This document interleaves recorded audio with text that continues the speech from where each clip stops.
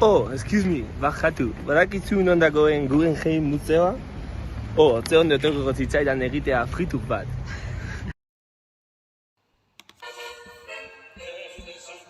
Kaixo, guk Jon eta Carlos gara, gizarte zientzien sailakoa. Bilboko friturraren proiektua presentatuko dizuegu.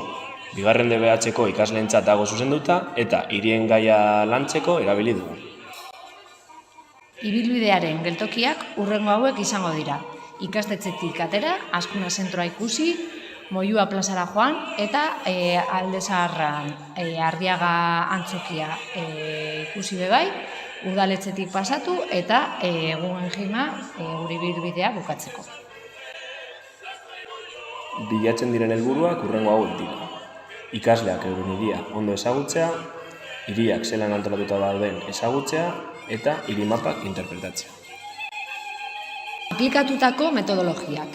Ikaskuntza esanguratsu metodologia. Hau da, irteera egiteari esker kontzeptu asko hobeto barneratzen dira. Adibidez, plano erradiozentrikoak ikasteko adibide argi bezala Moyua plaza ikustea. Bestetik, eskola irtera metodologia erabili dugu eta bukatzeko metodologia kooperatiboa.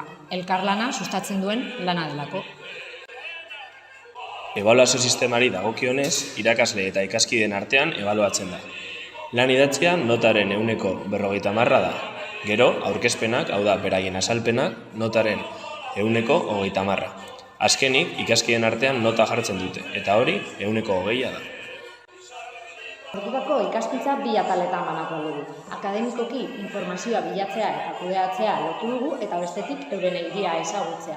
Eta beza ikuspuntutik euren artean lan egitea eta jende gehiagoren aurrean hitz egitea.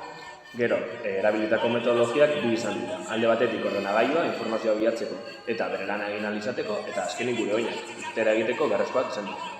Egindako praktikaren evidentziak, ikaslei asko gustatu zen gehien lan bat izan da eta bestetik inklusiboa izan da. Hau da, laguntza berezia behar duten ikasleak bebai parte hartu ahal izan dute lan honetan eta oso positiboa izan da behintzat. Así que bueno, espero dugu lan hau asko gustatzea eta zuen botoa ematea. De Bilbao, de toda la vida. Hau Atleti!